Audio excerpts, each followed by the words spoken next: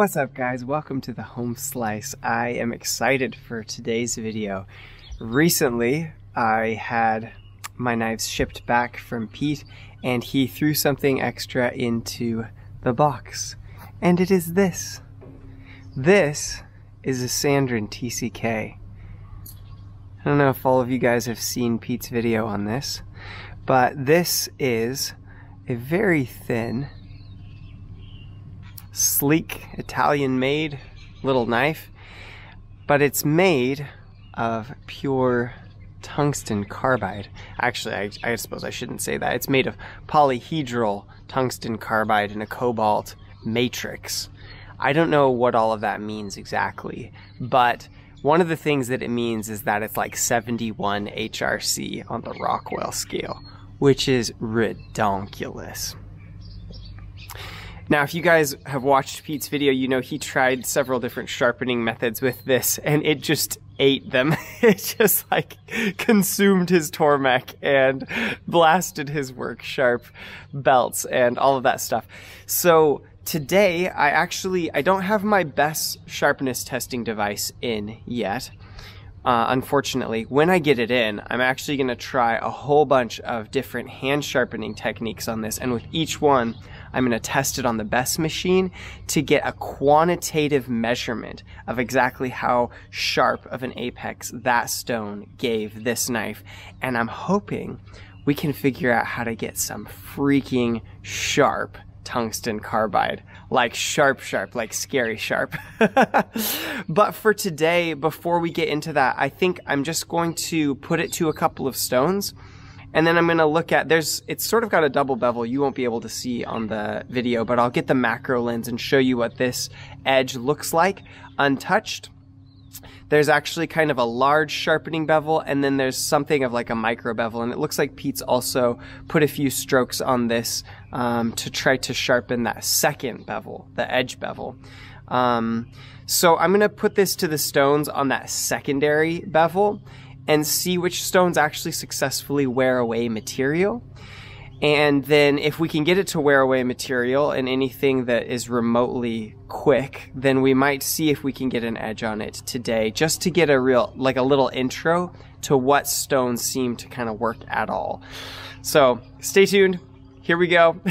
Buckle up. Tungsten carbide. All right, I'm going to send you guys into the world, the microscopic world of 15 times macro to take a look at this knife and at the edge. Here we go.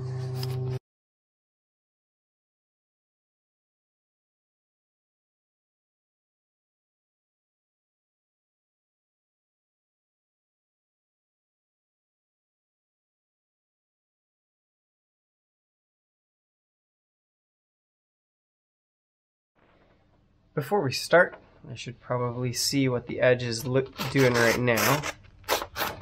Yeah, it's not slicing cleanly. There's sort of this section in the middle.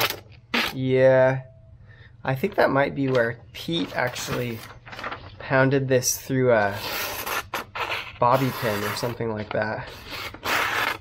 With great care and very painfully, it can slice. It's not pretty. It's not ever gonna push cut. Definitely some chunky damage. Yeah, unsatisfying. So that's where we're at the moment. You can sort of crutch it along. No, it's still tearing. Okay, so it will be a marked difference if we can get it sharp at all. Okay, I'm going to start with the stones that I have the least hope that they could ever be successful. So first we're going to try this little ruby and agate stone that was like 10 bucks on Amazon and see if that does anything at all to a tungsten carbide edge. This is my guess. My guess is that the stone is going to change shape more than the tungsten. We'll find out. I had to take it out into the daylight to actually see if there was any difference, and to my great surprise, actually, it appears that the finish is changing on this. I'll see if I can catch it with the macro lens.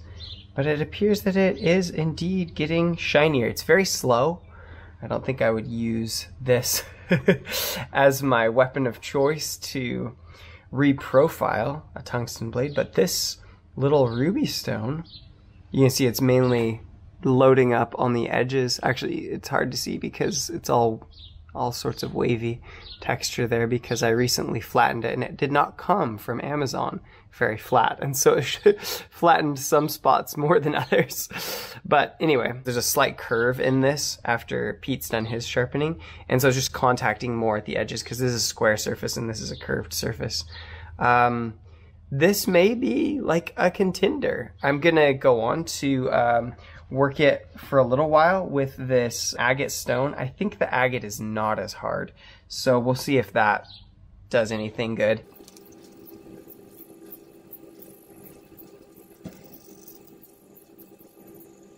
Okay, so the agate side of this stone is not loading at all. I think it's probably far too soft to cut through this tungsten carbide.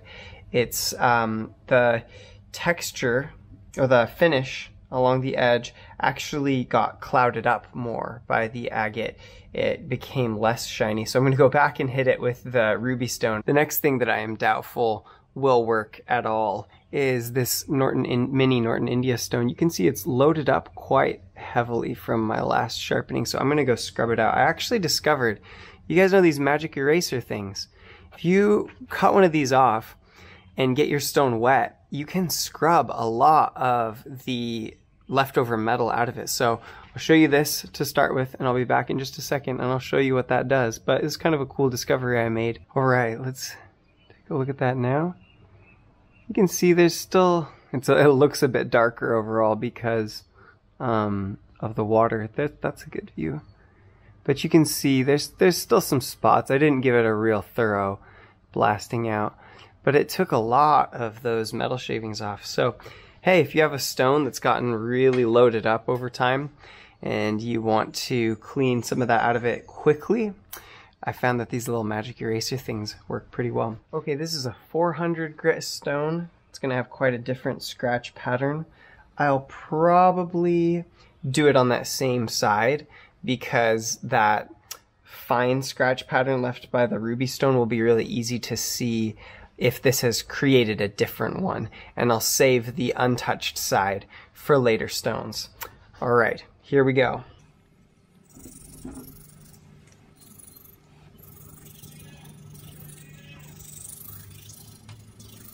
Alright, this is more of what I expected. Now this thing, if I looked at it before and after, I can't see any evidence of loading.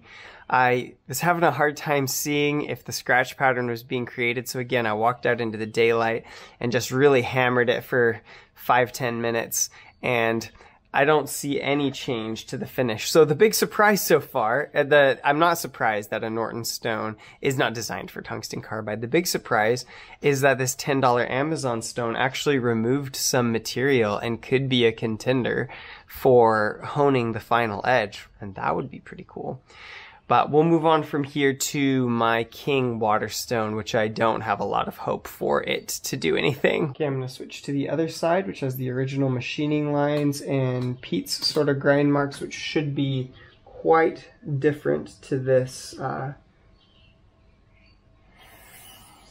1000 grit King stone. Should leave quite a different finish.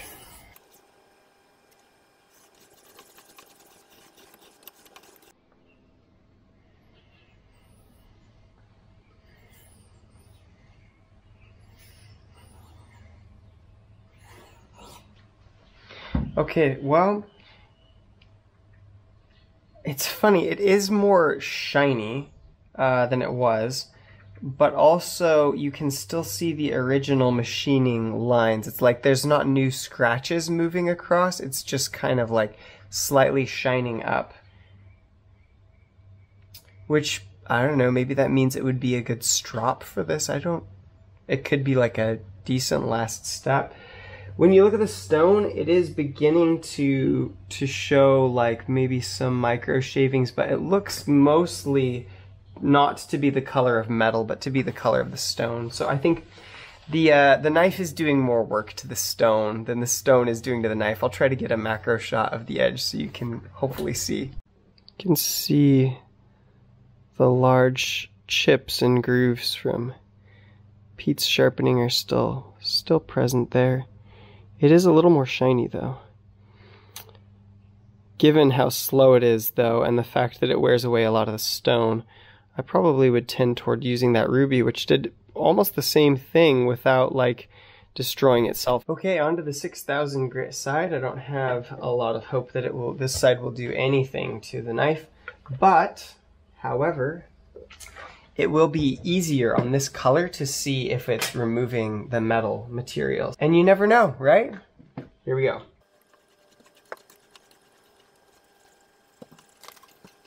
Okay, I've been going for a while with the King 6000 grit stone, and it definitely does not appear that it has loaded up at all. It doesn't appear that it's removing much metal. Again, you see the effect of it sort of burnishing or almost making the edge a little more shiny. But just for reference, this is what happens on one stroke with my Spyderco with M4. You can see like a very, very clear line of metal that's been removed. And I've been doing tons and tons of strokes on this with no such effect. So I'm going to conclude that the King Stone is probably not the best. Okay, here we are. 1, 2, 3, 4, 5 stones in, and only one has shown any promise of actually being able to put an effective edge on tungsten carbide. Let's do a quick another paper test just to confirm. I think that ruby stone has, I think that's verifiably smoother. Like I can successfully do a cut all the way through. That part in the middle is still wanting to snag, but that's pretty impressive. Man, this, I think Anself was the brand, A-N-S-E-L-F, for like a $8, $10 stone. I'm quite impressed at that. We're going to move on now. I think the most compelling question for me is, do ceramics sharpen this? Because tungsten carbide, if you look at the Noop hardness scale, then the ceramics in these are just right around the same hardness as tungsten carbide, and vanadium carbide is usually shown to be slightly harder than these. And so a lot of guys say that ceramics will have trouble with vanadium carbide. So this is going to be a real interesting test. Let's see what happens. This is a Spyderco double stuff. There's a medium ceramic on this side and a fine on that side. So we'll start with the medium. Here we go. Been working on this, went outside to sort of take a look at it in the light, and it's slow going, but I can definitely see the finish of the scratch marks changing. It's probably about the same speed that the ruby stone was with this medium one. So I'm going to hit it with the fine, and then I'll get the macro lens and see if I can capture that. But it's definitely getting more shiny. I'm now working back on the side, the second side that had the original marks from Pete and the factory on it. So if it's shiny at all, you'll be able to see that that's all been done by the Spyderco ceramic stones. Okay, a little difficult to see, but you can definitely see like those original scratch marks. They're not taken out, but they are definitely shined up, like the tops are taken off of them. So it'd be quite labor intensive. I have to say it's not much easier with the Spyderco stone to remove any material than the $10 Amazon stone, but they both equally have been able to polish a little bit. I think we're gonna have to obviously resort to diamond to get anywhere on repairing this edge. Okay, I had to switch cameras because my battery died, which is usual. I need to get a power bank or something so I can finish these videos. It's ridiculous. Anyway, on to more hopeful things. This is still cutting fairly lamentably poor. It's not horrible, but it will cut things. But we're going on to diamond plates. Let's see how it goes. Yeah, definitely a noticeable difference. There's scratch marks. they're erasing the factory grind marks. It feels different. Diamond is just the way to go with tungsten carbide, I suppose.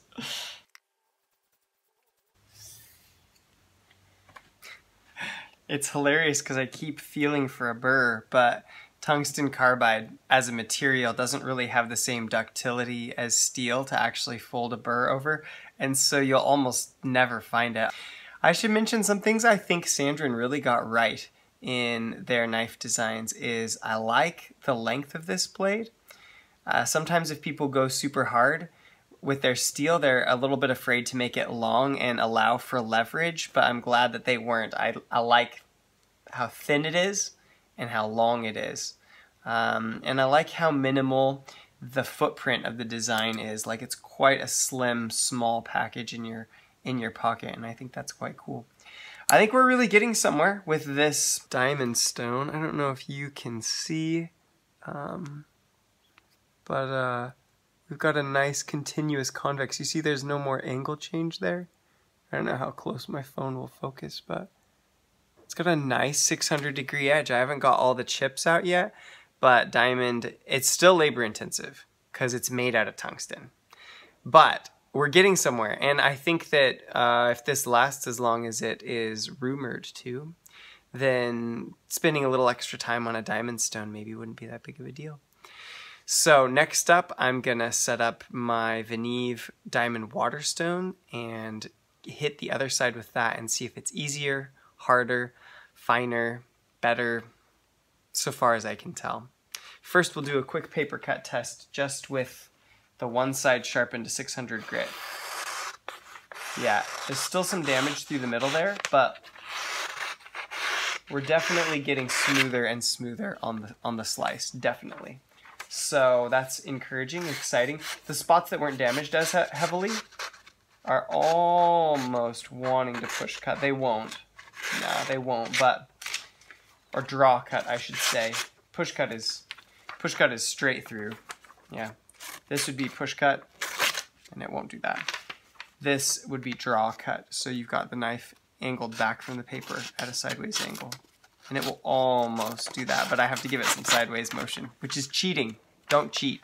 It's worth noting, just for reference in your sharpening brain, that tungsten carbide purportedly doesn't behave the same way on a stone that metal does. So what I've been told, or what I've researched, is that when you put metal to a stone, if the abrasive successfully catches into the stone, it cuts out a little curl, almost like you'd get when you're drilling into a piece of mild steel in a drill press. It creates a little curl. There are times when the abrasives don't present a sharp edge, they present more of a flat edge, and then they sort of plow their way through the steel. Tungsten carbide is going to actually produce flakes rather than curls in general, and so I'm told. And so you're actually producing an edge by microchipping. There's less bending involved. There's more like chipping away. And so for all of your sharpening techniques, you want to sort of wrap your head around that transition. It's like you're no longer working with a super ductile material. You're working with like a rock. And you're trying to grind it finely enough that it cuts stuff. Anyway, onto the diamond Waterstone. Here we go. Come on, Veneve, you can do it. Oh, definitely already loading up a bit. Definitely smoother feeling, of course, but we'll see how it does in terms of effectiveness.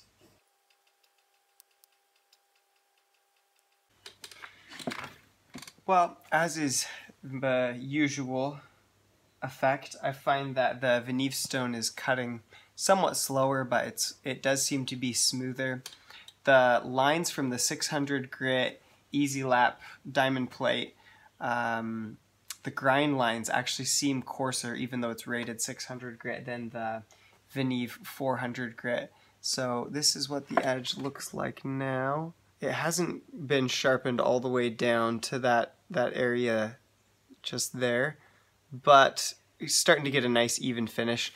I'll probably keep working it on the stones and then shoot a real quick video when I'm done. But I started hitting it with a little bit of a leather strop, and I was actually surprised with diamond in the leather how quickly the finish changed. It almost seemed faster than on some steels that I've worked with. So let's see, let's hit it with that leather real quick, and then let's just do a paper cut test. Next video we'll see what we can do in terms of getting it to ultimate sharpness.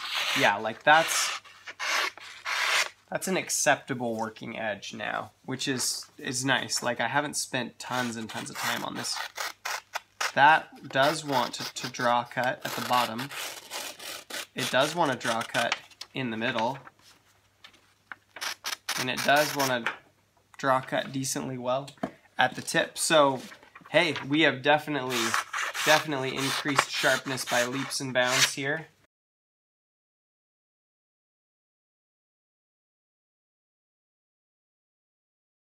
Okay, so edge reprofiling done. That took about an hour, and I would say that's like a total, I mean, with all the testing and the reprofiling. The reprofiling itself was probably 30 minutes, and I'm not the fastest sharpener in the world.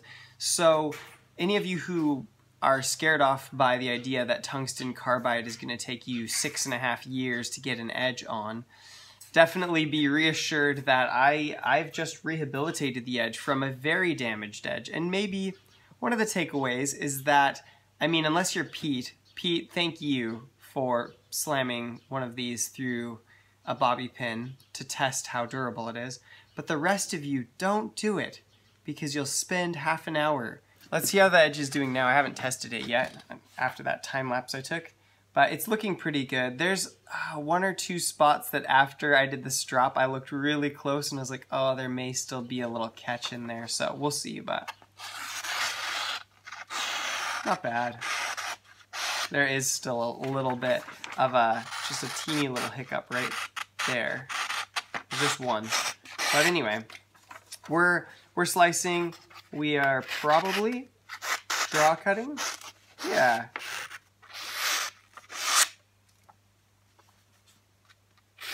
Anyway, we're looking pretty good here. It is possible to sharpen tungsten carbide. I'll just show you what that edge is looking like now. It's getting fairly mirrored.